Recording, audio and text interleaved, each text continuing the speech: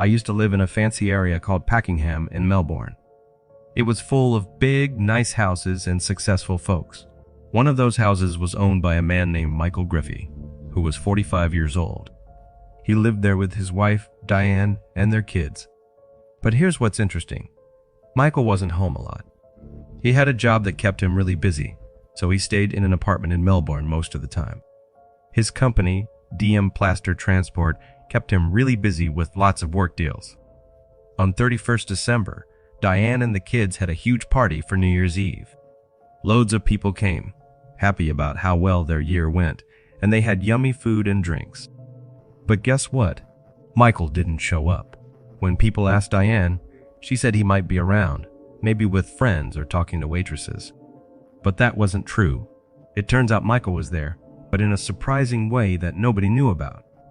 On 2nd January, Diane and her 17-year-old daughter, Cassandra, discovered Michael. He was lying in his office, not moving and covered in blood. This was really surprising and scary because nobody had been in that room for days. So Michael had been all by himself. The doctor who examines bodies, called a coroner, said that someone had hit Michael very badly on the head a few days earlier. They also found him wrapped in a bedsheet, as if someone had tried to hide what had happened to him. His wallet, phone, and a lot of money were gone. The police checked and discovered that Diane, his wife, had written some checks that weren't good before he passed away. Here's the surprising part. Michael had told his friends that Diane wasn't good at managing money. He thought he could use that to get more money if they got divorced. But he wasn't perfect either. He was dating other women and spending money on them. Diane knew about it because of text messages. The police thought Diane did something wrong.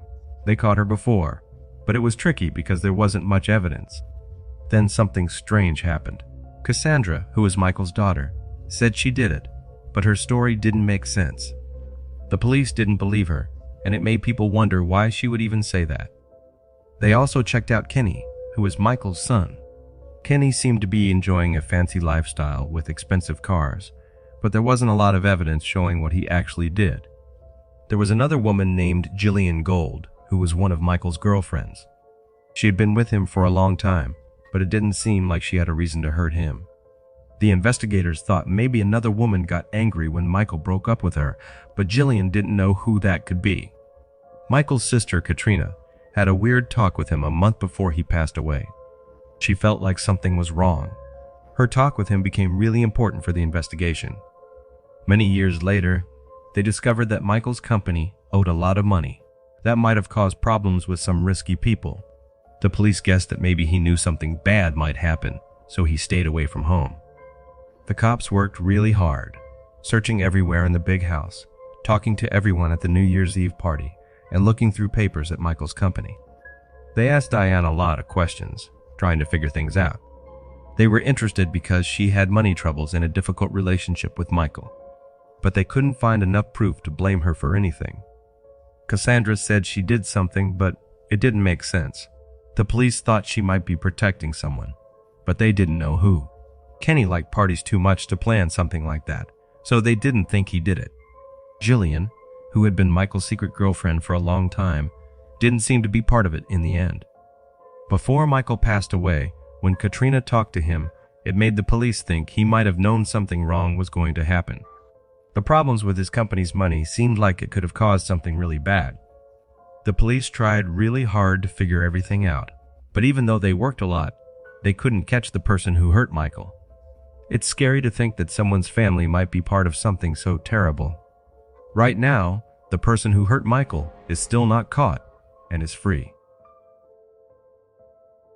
Before I continue to the next story, if you are interested in earning from YouTube without showing your face, or without making videos by yourself using artificial intelligence, like the video that you are watching right now, then I have a special free training for you. Check the first link in the description below to get instant access. In 2022, on New Year's Eve, my friend Max and I were super excited about having a huge party at my home. We invited about 30 people and asked them to bring their friends, as long as they were cool with taking care of my place. Getting everything ready was crazy. Things would disappear and then suddenly show up again, like they were magic tricks. The TV remote, for example, would go missing and then reappear in the exact spots we had already checked. At first, we thought we were just forgetful and laughed it off. But this weird disappearing stuff kept happening while we were getting things set up for the party. When people began coming over at about 9, I put cameras in the living room and bedrooms where I kept important stuff.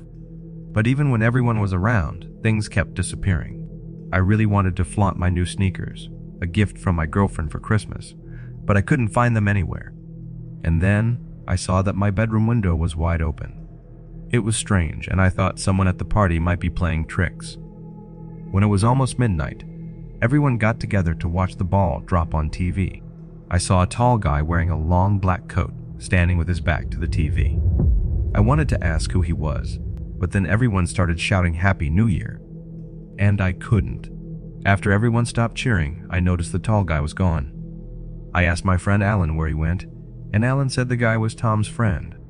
Later, someone said the guy was taking a long time in the bathroom. I told them they could use the main bathroom instead, and that fixed the problem.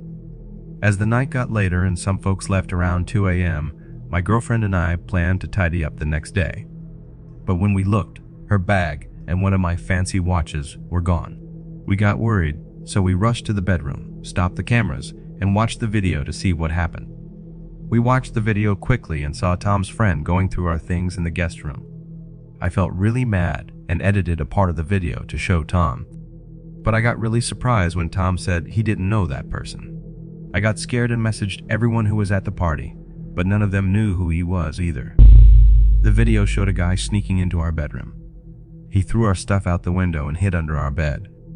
We were actually sitting on that bed, watching the video. It was scary to think he was hiding there without us knowing. I told my girlfriend to be quiet and go, while I checked under the bed. I saw the intruder and got really scared.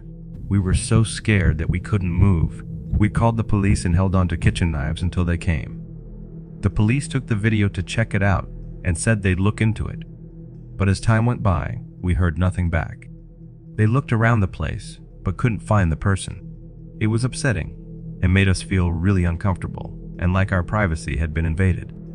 In the following days, the police stayed in contact, but they couldn't find any new information. We were nervous, always checking our security and feeling scared whenever we heard a noise. It was really unsettling to think someone had come into our space and disappeared without a clue. For weeks, we couldn't shake off what happened. It bothered us a lot that we couldn't figure out what happened or who was behind it. We did everything we could to make things safer, better cameras, tighter security, checking all the logs twice. But whoever came in seemed like a mystery. It made us feel uneasy and extra careful. When New Year's came, it was both thrilling and scary. Our party turned into a scary memory because of what happened. Not knowing who did it or why made us feel nervous, even after the celebrations were over. It left us feeling on edge for a long time.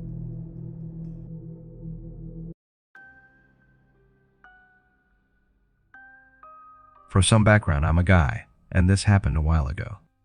It was almost New Year's Eve, and some friends asked me to come to the city for a party. I usually lived nearby and stayed over at a friend's place, but not this time. I was busy with work until 9 p.m. Then I quickly got ready and rushed to the city. When I got there, my friends had just arrived. They told me where they were, but I'm not good with finding my way around. It was really hard to find a place to park my car. Finally, I found a spot far away, so I had to walk about 8 blocks to catch up with my friends. As I walked, the streets got darker and quieter. I started feeling lost after a few blocks because there weren't many people around for a New Year's party. I checked my phone's map, but I still felt confused. Then, out of nowhere, a guy's voice surprised me. He was tall, wearing a black coat, and seemed older than me. He asked if I was going to the New Year's event. I felt relieved and said yes, and he mentioned he was going there too. I felt more at ease knowing I had someone to show me the way. He showed me where to go, and I followed him, but something didn't feel right. There weren't many people around. He started walking next to me, then suddenly grabbed my arm. I got really scared. He tried to force me into a parked car. I fought back, yelled for help, but he didn't stop. I thought I was in big trouble, but I kicked him and it helped. I got away and ran as fast as I could. I ran away from someone who was chasing me. I ran across the street in a zigzag and quickly went into the park. I kept running until I couldn't hear the person following me anymore. Then I got lost and called a friend. It took some time, but I figured out how to get to where they were. I was really nervous, but I finally found my friends. I called the police and told them everything that happened. Looking back, I feel lucky that I ended up safe. The police got really serious about it and started looking into it. They wanted to know all the details, what happened, and even looked at cameras nearby. But they couldn't find anything about the person or what happened. I tried to forget about it after a few days, but then something unexpected happened. Guess what? The guy wasn't alone. The police heard from someone who saw something similar happen in that area before.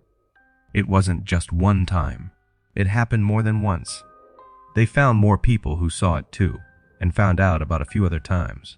Someone tried to do the same thing. It seemed like this wasn't just a one-off thing. The police started looking into it more, checking out every possible clue they could find. As New Year's got closer, the city made sure to be extra safe. They had more police officers and patrols around. They really wanted everyone to be safe, especially after something bad happened before. When the celebration started, there were police all over, watching carefully. Even though I was a bit scared, my friends and I chose to join in. The city was busy and full of life, with lots of laughter and cheers everywhere.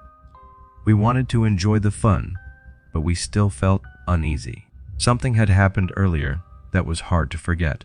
At midnight, fireworks made the sky colorful, and everyone cheered loudly. But as we were getting ready to go, something surprising happened. During the party, there was a lot of noise and confusion. People were yelling and pointing at something, and everything became chaotic. Someone who looked like the person who attacked me was running from the police. He tried to hide in a big group of people, but someone noticed him. The police caught him, and while they were taking him away, they found things that connected him to other bad stuff. It felt like a mix of relief and surprise seeing him caught during the New Year's party. The detectives kept looking and found out more about this person and the things they did wrong. It showed that even when things seem happy, surprises can happen. Finally, I felt like things were finished. Hearing that they caught him made me feel better, but it also made me more careful. It was a New Year's Eve, I'll always remember. A mix of being scared, having fun, and something unexpected happening that changed everything.